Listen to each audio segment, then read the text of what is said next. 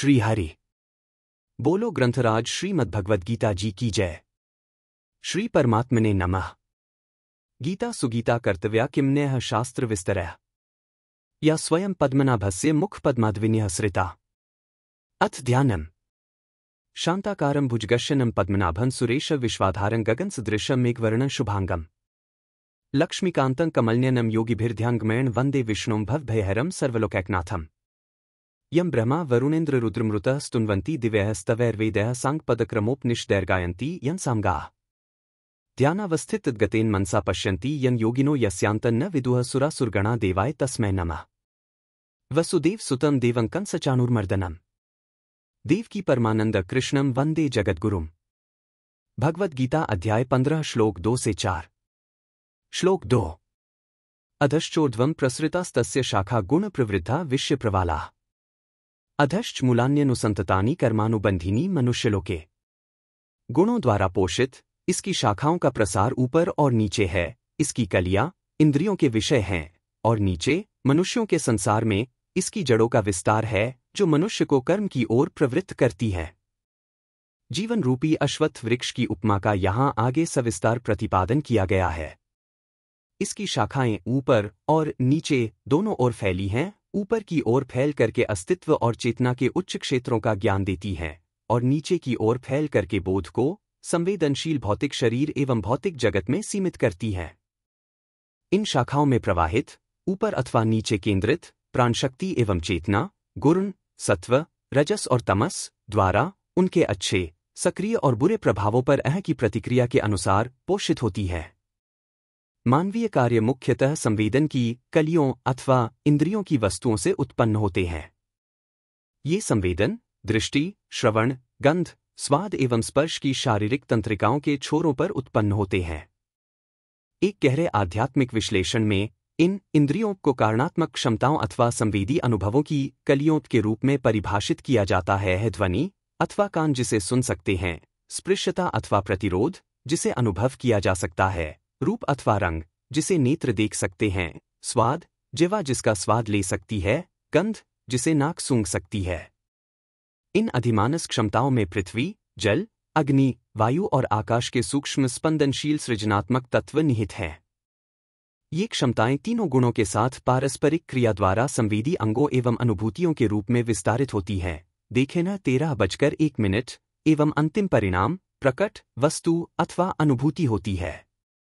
यद्यपि जीवन के वृक्ष की मुख्य जड़ ऊपर ईश्वर चैतन्य में स्थित है, नीचे सहायक जड़ें हैं जो मस्तिष्क में अवचेतन एवं अधिचेतन चेतना में स्थित हैं। ये छोटी जड़ें राग और द्वेष आकर्षण और विकर्षण से निकलती है जो अच्छे और बुरे कार्यों एवं पूर्व जन्मों की इच्छाओं संस्कारों और उनकी संतान वासनाएं अथवा इच्छा बीजों से उत्पन्न होते हैं। वे नीचे स्नायुतंत्र एवं इंद्रियों अथवा मनुष्यों के संसार में फैलती हैं और मनुष्य को कार्य करने को बाध्य करती हैं। ये अतीत की आदतें एवं इच्छाएं अच्छी या बुरी परिस्थिति के अनुसार मनुष्य को विशिष्ट कार्यों को करने के लिए निरंतर उकसाती है। ईश्वर सबके जन्मदाता हैं, परंतु अपने अस्तित्व को मनुष्य ही बनाए रखता है। मनुष्य के स्वयं निर्मित संस्कार और पिछले जन्मों की वासनाएं तथा वर्तमान जीवन पर गुणों और उनके तत्वों के प्रभाव पर उसकी प्रतिक्रिया स्वरूप उत्पन्न होने वाली नई इच्छाएं उसे अपनी लालसाओं को पूर्ण करने के लिए असंख्य पुनर्जन्म लेने के लिए बाध्य करती है। इस प्रकार वह भविष्य के जन्मों में प्रत्येक नए भौतिक रूप में जीवन के वृक्ष की स्नायुतंत्र के रूप में भौतिक अभिव्यक्ति को पुनः पुनः उत्पन्न करने का कारण बनकर उसके पोषण और उसकी नित्यता में योगदान देता है। इस प्रकार मनुष्य अपनी इच्छाओं की शक्ति से जीवन और मृत्यु से बंधे हैं। इस कारण अश्वत्थ वृक्ष को संसार अथवा सांसारिक भ्रम का प्रतीक कहा गया है जो पुनर्जन्म के चक्र में फंसने का कारण है। श्लोक 3 से 4। न रूपमस्यः तथोपलभ्यते नान्तो न चादिर्न च संप्रतिष्ठा अश्वत्थमेन सुविरूढमूलं संगशस्त्रेण दृढेन छित्त्वा 3 ततः पदन्तः परिमार्गित व्यण यस्मिन् गता न निवर्तन्ति भूया तमेव चाद्यं पुरुषं प्रपद्ये यतः प्रवृत्तियः प्रसृता पुराणी 4।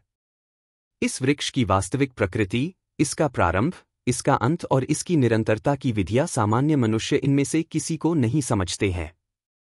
बुद्धिमान मनुष्य अनासक्ति की शक्तिशाली कुल्हाड़ी द्वारा इस सुदृढ़ जमे अश्वत्थ वृक्ष को नष्ट करने के पश्चात यह सोचते हुए कि मैं आद्य पुरुष की शरण लेता हूं, केवल जिनसे ही सृष्टि की अति प्राचीन प्रक्रियाएं उत्पन्न हुई, उस परम लक्ष्य को खोजते हैं। वहां पहुंचकर वे पुनः गोचर अस्तित्व में नहीं लौटते।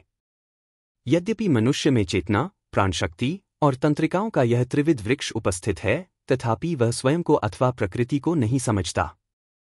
ब्रह्मांडीय सृष्टि के मायावी, सदा परिवर्तित होते रूप उसे भ्रमित करते हैं। साधारण लोगों में इस प्रकार के भ्रामक अज्ञान के प्रति जीसस ने कहा था, देखते हुए वे देखते नहीं और सुनते हुए सुनते नहीं, नहीं वे समझते हैं। ते नहल एक ऋषि ही अपने भीतर के उस अश्वत्थ वृक्ष को नष्ट करने के लिए अनासक और अनिच्छा की शक्तिशाली कुल्हाड़ी के प्रयोग का संकल्प करता है, जो भौतिक जीवन की आदतों में गहराई से बसा है। केवल वह ही दिव्य लक्ष्य को प्राप्त करता है।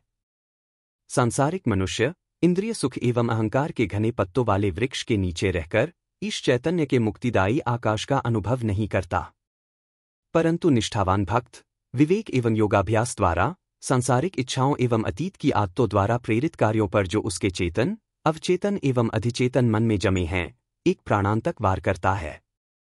इस प्रकार भौतिक भ्रम के इस अंधकार में वृक्ष को गिराकर वह अनुभवातीत परमानंद में अनंत के आकाशों को देखता है।